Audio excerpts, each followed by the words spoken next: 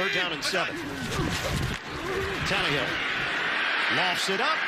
End zone. Caught. A.J. Brown. Touchdown, Tennessee.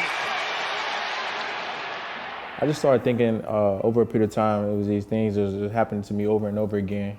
Like I couldn't catch a break. Like I said, I'm sure everyone feels like that. And I just switched my mindset around. And I just started thinking, like, God keep bringing me through these tests. Like, He wants me to learn something from it. You know, and I'm thinking I'm learning. I'm thinking I'm growing.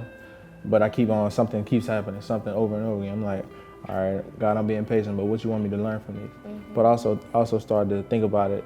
My time, His timing is right, you know. And, you know, it's a saying, God gives His toughest battle to His strongest soldiers. So I try to put that in perspective, you know. So if I go through something, God think I'm tough enough to handle it, so I might as well, you know, put on my cape and handle it. Yeah, I'm with you. It's okay to not be okay. A.J. Brown, wide receiver at Tennessee Titans. All right. Hi, AJ. Nice to doing? see you today. Thank you for having me. I'm glad you're here. Thank Feeling you. good? Yeah, feeling good. Good. Yeah. I appreciate you coming really just to help us do the work, help us to continue to bring awareness to mental health. I saw the video and I was very proud.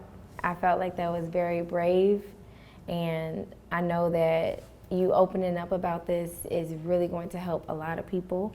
And with our organization, that is the main purpose, and my sole purpose is to really just help a lot of people and save a lot of lives. And I truly believe that by talking about mental health, it is going to help erase the stigma that's associated with it. And so I just feel like, you know, you're on the right track, and I definitely wanted to tell you thank you. Thank you for sharing that. So it's been a few weeks. So it's been a few weeks since you've shared the video. How do you feel about it now? I'm glad I posted a video. I let everyone know what I was dealing with, and just to talk about it. You know, a lot of people reached out to me, told me, thank you. We got similar stories. Want to sit down and talk, things like that. But I'm really glad I did it because, you know, I wanted to help someone as much as I can because, you know, someone was there for me. So that's important. So when you first posted the video to your Instagram page, like, what were your initial thoughts?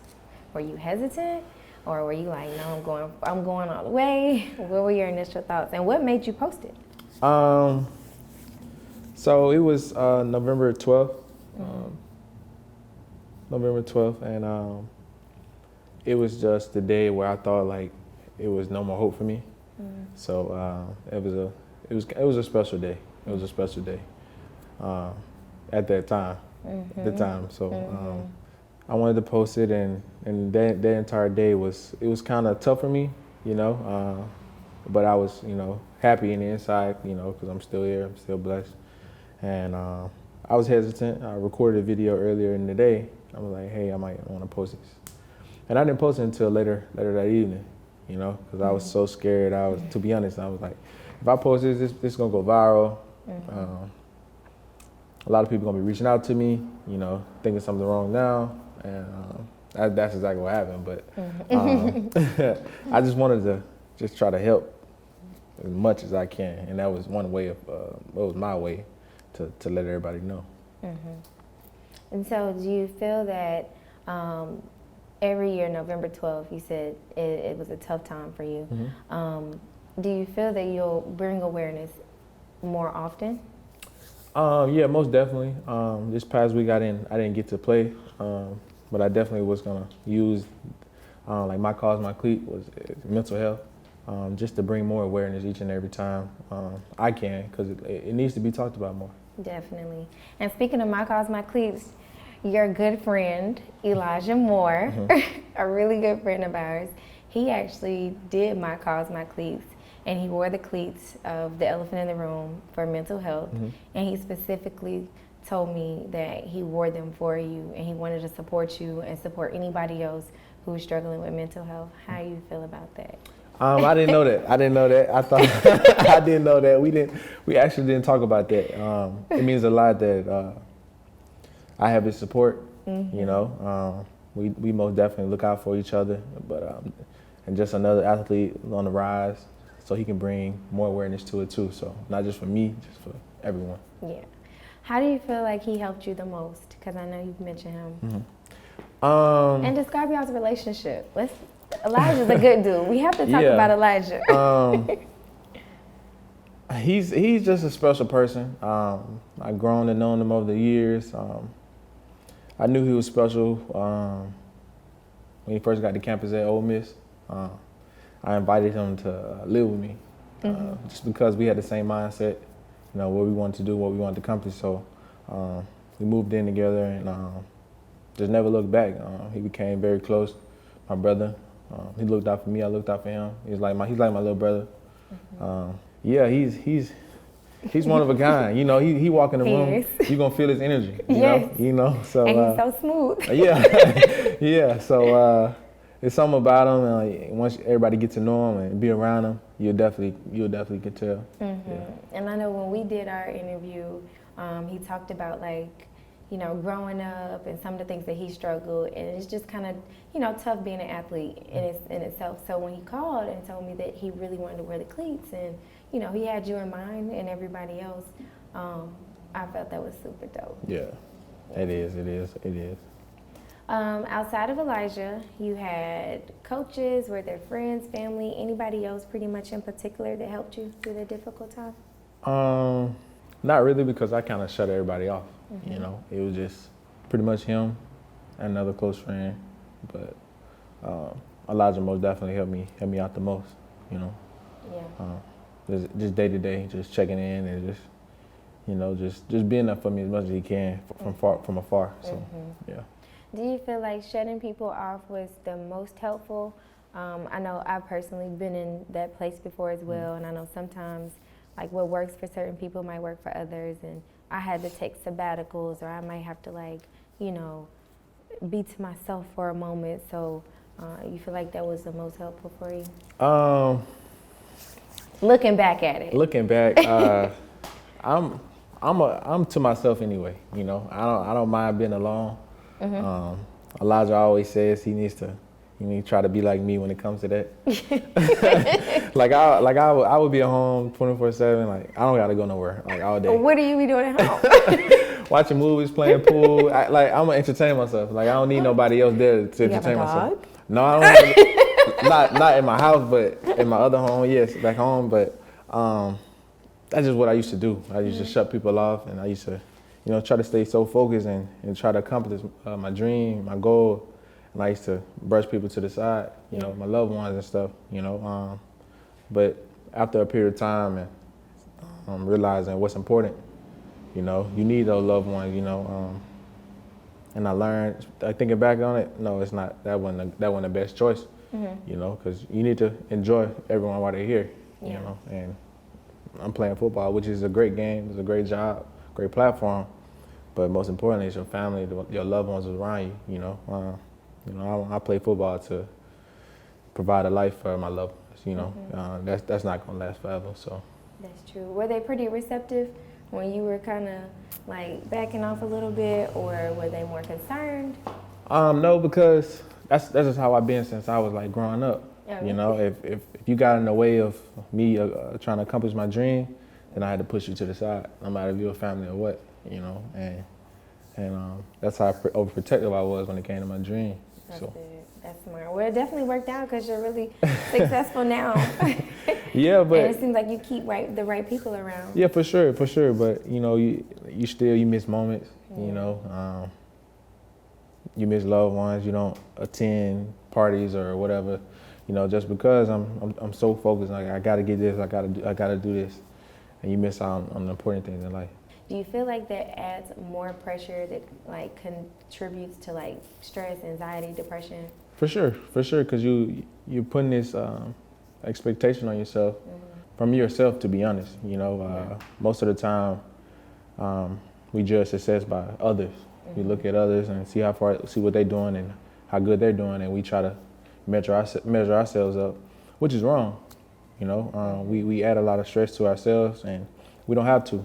You know, instead of enjoying the moment, doing what you love, you know, everything will work itself out, you know, living in your purpose. So That's true. So how do you balance it all out? Especially like with football, family life, friends. I know you say you don't really socialize as much. How do you balance it? it seems like I don't ever stop moving, to be honest. You know, Is that a good thing or bad thing? it's a good thing. It's a good thing because I'm enjoying what I love and who I love. So if I'm tired and I still got to go to my niece's recital, I'm gonna go. You know, it's important. You know, my family there. I'm gonna be around my family. I'm gonna enjoy that moment. Yeah. You know, usually I'm gonna chill at home. You know, but you know, just being around and just constantly on the move and still putting that work in for myself, still growing. You know, I call it watering myself. You know, I like that. Yeah. I'm watering myself. Yeah. Have you opened up to your family more about what you was going through and why you pretty much shut them out, and were they understanding if so? I have. They know I always been driven, you know, self-motivated. So they know what type of man I am, what I wanted to become, what I want to become. So, of course, they accepted it, Yeah. you know, and they remind me that they always happy for me. They love me. So. And then you also mentioned you have a daughter too, right? I have a daughter, yeah. And she motivated you too? Yeah, most definitely. So, okay, well tell me, so she motivated you, and I know you say you talked to Elijah and another friend. What else, like, really ultimately, like, if there was someone right now that was dealing with the same thing, what really helped you dig out of that hole? I just started thinking over a period of time, it was these things that was happening to me over and over again. Like I couldn't catch a break. Like I said, I'm sure everyone feels like that. And I just switched my mindset around. And I just started thinking like God keep bringing me through these tests. Like He wants me to learn something from it. You know, and I'm thinking I'm learning, I'm thinking I'm growing, but I keep on, something keeps happening, something over and over again. I'm like, all right, God, I'm being patient, but what you want me to learn from this? But also started to think about it. My time, His timing is right, you know, and also if He keep bringing me through this, apparently He thinks I'm strong enough to handle it. So I might as well put my chin up and go to work and just keep going, you know. So, you know, it's a saying, God gives His toughest battle to His strongest soldiers. So I try to put that in perspective, you know. So if I go through something, God think I'm tough enough to handle it, so I might as well, you know, put on my cape and handle it. Yeah, I'm with you. So, like, did you, during that time, were you in therapy before this, or? No, I went in therapy. I didn't even really talk to people other than You know what? other than Elijah, to be honest. I wouldn't talk to nobody, especially about nah. You know, because especially as a man, you don't, you know, we try to take on the world, you know, and you kind of feel weak if you talk to someone, you know, and that's that stigma, you know, as being a man, like you can talk to someone. It's okay to talk to someone. It's okay not to be okay. You know, we all have feelings, you know, so, but yeah, after I definitely seek help and I started talking to someone constantly, so. How would you describe your therapy experience? Like, good experience? Like, would you encourage someone else to go to therapy? Yeah, most definitely. If you're going through something, I encourage you to go to therapy. It helped me, you know. First couple of sessions was tough, you know, because you have to relive the process. Yep. You know, and you gotta relive it. You gotta relive the process and understand why you're in that situation. You know, and once you get past that, you know, that's when you start growing. That's when you start blossoming. So that's it. Yeah, that's exactly it. When you were growing up, because I know, as in the Black culture, we didn't really talk about therapy at all.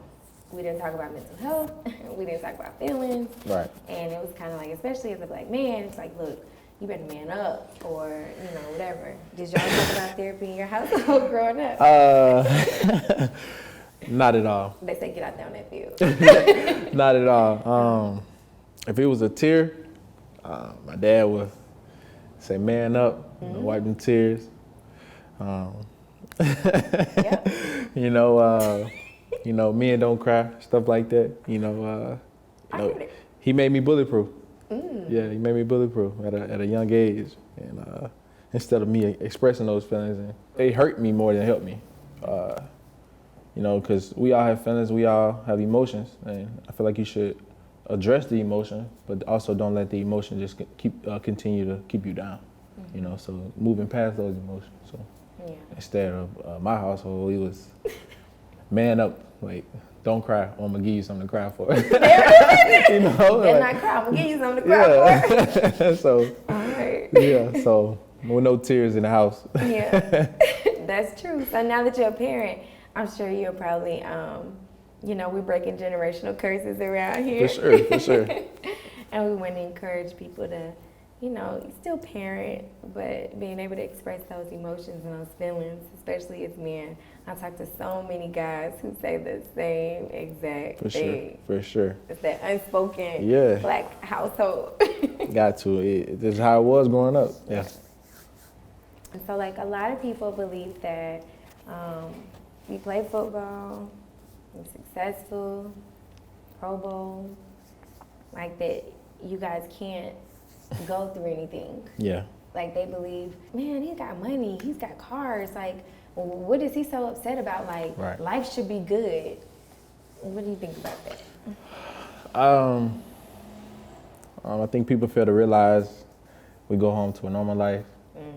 Even though we may have these luxury things, we also have a normal life. We have family members, and life continues to happen for us too. No matter the success, no matter how hard us athletes try to hide it, we still human, and that's what most of us do. We hide it. We put on a poker face. Yep.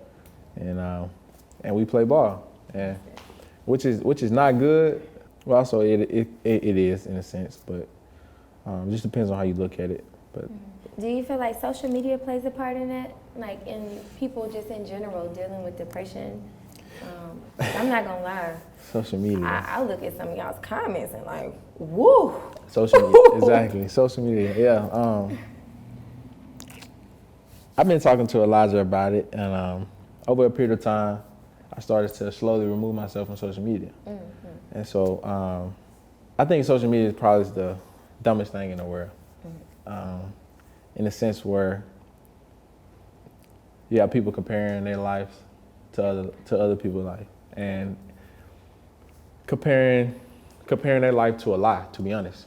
Because nobody put bad stuff on social media. Nobody gonna put when they're going through something on social media. So you comparing your real life to a lie on social media, and you feeling bad about yourself. So what I do is I remove social media. I let somebody run it for me, just to try to posting highlights. try to stay engaged with the fans, because it's a positive in this business too. Yeah. But it's also a negative, because one bad game, then you this, you that, you this, you that, and we as athletes, we say it don't bother us, but it can be 1,000 great compliments, but that one bad compliment will mess your day up. You but you gotta understand, like for me, I just remove myself from it. I try to stay in this mind frame with just positive energy only. So if I'm not seeing negative stuff on social media, then it's not gonna bother me like one bit. Like, so I mean, I'm human. I mean, if you say something to me, I'm gonna I'm gonna give you a reaction that you said something that I don't like. So just for me, just standing in this mind frame, I just try to remove myself from it as best as I can, and just focus on what's real. Like I tell E, like I'm living real life. I don't need social media. I'm not posting my life for others to see. Like, you know what I'm saying? Like, I take pictures on my phone, I record videos on my phone at the moment, and I go back and watch the video to revisit the moment. But I don't need to share like what I'm doing and to the world for approval of others, because somebody's gonna always have something negative to say. I don't care. It's just what it is, and I learned that too. And so you can be in the off season and you post something, you on a boat, You need to be working out. You need need to to be be doing it. No, we get up every day. You missed this in game number one. Yeah, you know, and it's always something. So people like we human too. I was man. about to say, do you think that they just forget that you guys are human? Most definitely. They think we indestructible. Yeah. So yeah. Who else told you y'all? You better give me some credit. Yeah. Oh, really? Yeah, Julio. Yeah, he doesn't be on it at all, you know. And I asked him why, and he gave me that answer too. He was like, I don't need to share my personal life with others, you know. And it took me a while to understand that, but I was slowly remove myself and just got to a point where like I know I don't need it. So. Do you do anything else that helps you prioritize your mental health? I meditate. Cool. Yeah. How often?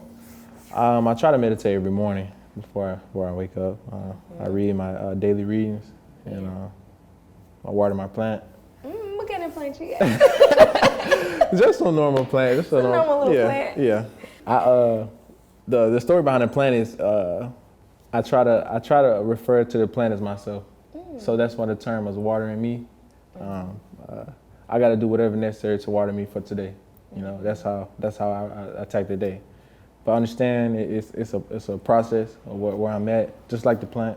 Yep. You know, so but you do the things you're supposed to do, and you nourish it, put water in it, you know, put little treats in it. You know, that's what I read. Okay, cool. Yeah. Little plant food. Yeah, and you grow and you turn into a beautiful thing like a flower. So I like it. I like it. Yeah, I like it. Oh my God, I Yeah, just that's love for me, it. yeah. I can tell and I can feel the energy. Yeah. I can feel the growth. I can tell like I wasn't there last year, but I can tell that there has Yeah. been so much growth. You can just feel it. Yeah, and everybody in my family So laughed proud. at me by my plant at first. Yeah, Did yeah. they go get one up? Nah, they watched it though. They watched to see how I turned out. You go out of town on your little away games, like, hold on, somebody go stop by the crib and water my plant. Yeah, for real. I'm like, hey, can you please turn my light on for my plant? Most definitely. Too funny. Can you tell me, when did you start feeling those feelings of maybe anxiety or depression, or if you knew that was anxiety or depression, like what age do you remember? Maybe around like middle school, when my parents had separated. Parents ended up separating, and I was seeking attention from both parents, and I was only getting from one. So, but once again, I wasn't able to have any feelings in my household. It was either like man up, so which I didn't really understand. So that was just like something. I felt something, and it got shut off immediately, you know, and it got pushed to the back burner for years, you know, and for years it affected me, and I didn't know how to deal with it. So me not talking about it, that's how I dealt with it. It didn't exist to me. So that's just how I used to cope with things, and no matter what it was, if something happened to me, if I don't talk about it, I don't address it, it don't matter to me. It don't even exist. So. Did they talk to you about the divorce or give you a heads up that this was what was going to take place? No, not for real. Not for real. You know, your parents argue. Every parent argue. You know, and when that took place, you know, I was devastated. You know, so. How long after the divorce did you start to feel those feelings again? Because I know you pushed them to the side for a while. When did they reappear? It only appeared when like both parents are around each other. So, like probably around like high school, it just always felt awkward, you know. But yeah, during middle school, I started to get in trouble, you know, doing stuff I wouldn't normally do. And my dad knew what it was, because I stayed with my dad. I didn't go live with my mom. He knew what was going on and how it affected me. So he was kind of gave me a little leverage, but he was still also tough on me. Yeah, I was just about to say, was he more so tough on you, or did like he kind of take some time a little bit to explain or just to hear you out, you know? He took some time just to like sit down and talk to me about stuff, what was going on, but he didn't really tell me too much. Yeah. I'm only in middle school. I'm like 13 or whatever, so I'm not gonna understand. So As far as your mom, did you guys have a discussion about it? yeah, it took some time. It took some time to forgive and move past. I'm 24 today, and I had to remind myself she's still my mama. At the end of the day, she did the best she could. And there's no pointing fingers. The relationship didn't work for whatever reason, and I'm also still working on myself in that aspect. So at the end of the day, no matter what happened, what was said, what was done, she's still mama at the end of the day. So she'll get the love and respect. How's y'all's relationship now? It's definitely got a lot better. It definitely got a lot better after we sat down and we talked and we addressed the feelings, addressed the elephant in the room. Yes. You feel like you've grown from that? Most definitely. Most definitely. Therapy helped with that a lot. Yeah, because I was about to say, well, what helped that? Because I'm not going to lie, a lot of guys right now, they get a lot of blame and they're like, I don't trust women and I don't do this. And sometimes it is for the same reason. Like, it's things that went on, like you were traumatized from your childhood and your mom, and sometimes not being around, you feel like, some guys feel neglected or they feel not wanted. So what exactly, I guess, for other guys that may feel the same way, and not even just with mom, maybe with dad, because sometimes I met guys and they only had, their mom, like, I gotta make sure my mom was straight. Like, what helps in that instance for people that need to maybe heal from those situations, like you did with your mom? For me, it was talking to therapy a lot, and it wasn't until like I found someone that I extremely liked at the time, and everything I was looking for growing up, I found it in my significant other. And it changed me. And it started making me appreciate no matter what happened back in the day. And she, like I said, she's still my mother. So the love and the comfort and everything, the ability to trust, which I didn't think I could trust a woman at the time, I found it in someone. So that's good. Yeah. That's good. That's healing right there. Yeah. Growth. Yeah. Well, I know I heard some rumors like when you declared, and I know it could have been tough, but I want you to kind of walk me through that and how your emotions and your feelings were and how you dealt with that.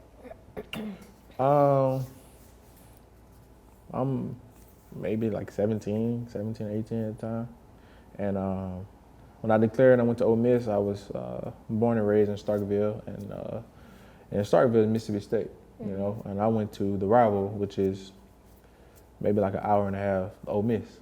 So, I'm in Bulldog country, county, whatever, and everybody's a Bulldog fan, Mississippi State, and like I wanted to play at Mississippi State, kind of growing up a little bit, because I wanted to play in front of my fans and stuff, but it didn't work out. The recruiting stuff just didn't go for me, and I chose Ole Miss.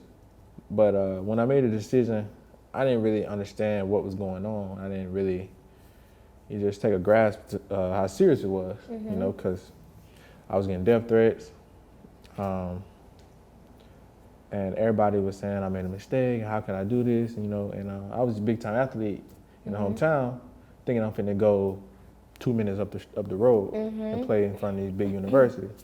So it was hard for a lot of people to understand. And then and I didn't help myself because I was trolling. Yeah. I'm trolling MSU, and all the fans and whatever. So I didn't help myself. And my dad kind of sat down and talked to me. He was like, "Hey, you need to chill out, because it's serious." I had people following me, driving around because I had this specialized tag, so everybody knew what it was. I had a 1K tag. Yeah, so everybody knew who I was. Yeah, so they already knew, and so like people would follow me and stuff. Like, were you scared? No, because I'm like at the time, like I'm 17, 18, like ain't nothing gonna happen to me. Like I didn't really understand how serious it was Yeah. until like you get on social media and on this and that, like I can't come back to the city, like all this, blah blah blah, and my dad brought it to my realization, like this is serious, and so I just need to just chill out and whatever. But family just wasn't. Family was picking sides. Yeah. You know, I'm thinking you think you there for me. You know, of course they switched sides again once I got to the league. You know, it was no more Ole Miss. It's the Titans. So I'm rooting for you. Blah blah blah. Like all this. You know. Yeah. That's another big thing too. Family. Yeah. Athletes go through. Don't nobody know. Don't nobody know. It's funny you mentioned that. When I did another interview, one of the guys, they were rookies, and they pretty much talked about how family impacted them, like after they were drafted. And it was like during the draft, they're asking so many questions, and it's like now all of a sudden they were drafted, they go home and like want to go to like a cookout or just chill at the house, and it's like everything is just about football now. They want to talk about this, and they're like, nah, I just want to be normal, and I just want my family to. That sound like Elijah. Yeah. That sound like Elijah. It's like that. Yeah, for sure. And I had to tell him, and I had to just tell myself too. You know, they waiting on you to play on Sunday. Yeah. You know, and it's not to intermediate families, to like the cousins and stuff down the line that be like bothering you and stuff. Yeah. Can I get this? Can I get this? Buy me this. Can I get a ticket? Buy me a jersey. You know, I'm taking money out of my own pocket. Yeah. You know, but yeah, family is important, but you gotta understand, you kind of just gotta sit down and talk to your intermediate family and tell them what's real out here. And as you're a rookie though, you really don't know. So. I was about to ask that. Well, after even the Ole Miss, like, I know you said your dad talked to you a little bit about it, but then what? Like, did you feel any kind of way? Did you get off social media? Did you say, okay, well, like, I know they had to contribute to some of those feelings. I mean, you're human. Yeah. And 17. But then again, I was still trolling. I'm trolling I'm trolling on Twitter. I'm trolling Instagram. You know, didn't really think about it, to be honest. That's like I said at the time. If I didn't address it, then it didn't exist to me. So that's just how I used to protect my feelings. Yeah. So. And you feel like as rookies, like looking back now, you think that a lot of players probably do need to start talking to their family members because it does weigh a lot of stress on them. And honestly, I know some people will get down and depressed in a deep spot. Family, based on family. If rookies definitely need to sit down and have a talk with their family, because don't nobody know what really goes on into it. It's already stressful enough, you know. But as a rookie, you still gonna think it's fun, and it's fun. It's pros and cons to it. But most of the time, it don't be fun. Yeah. You know, playing on Sunday and all that, that's great. But you waking up, you going to work every day, and you in meetings like all day. You might as well be somebody like a desk job, and you got to know all this stuff, and you got to perform at a high level in front of thousands of fans. The pressure of the fans, pressure of coaches, pressure of family. You know, and you got to perform, especially if you're one of those top guys. You know, they put a lot of pressure on you. So do you know guys that pretty much, because I know a couple of them that the pressure is weighing heavy. Are you able to give them some advice?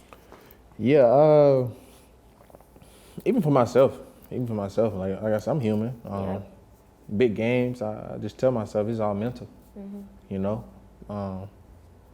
it's all mental, especially as a rookie. Anything you think you can do, anything you want to do, you can do it.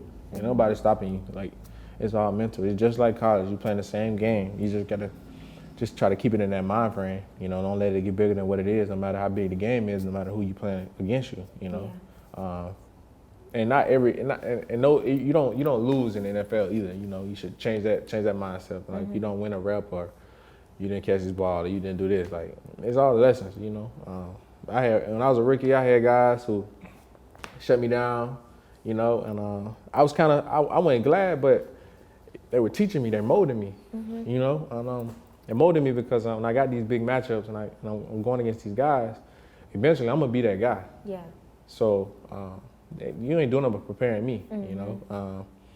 And also don't judge like your success off your peer success, because their situation, it could be totally different, you know.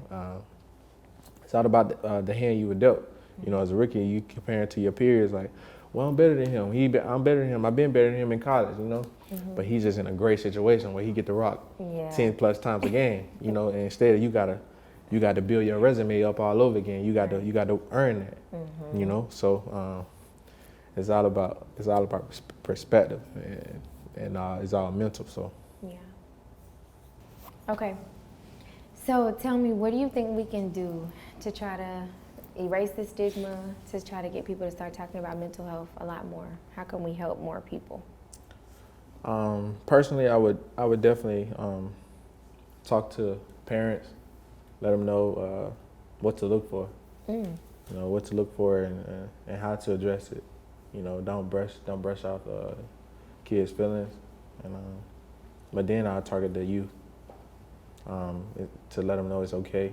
It's okay to feel the way you feel. It's okay to not be okay right now, and just to give them the proper tools to grow and what to do leading forward. So was there anything else specifically that may have helped you get through that tough time? Definitely my faith. Definitely during that tough time where I tried so hard not to question God, because stuff was happening over and over again. But somehow God just put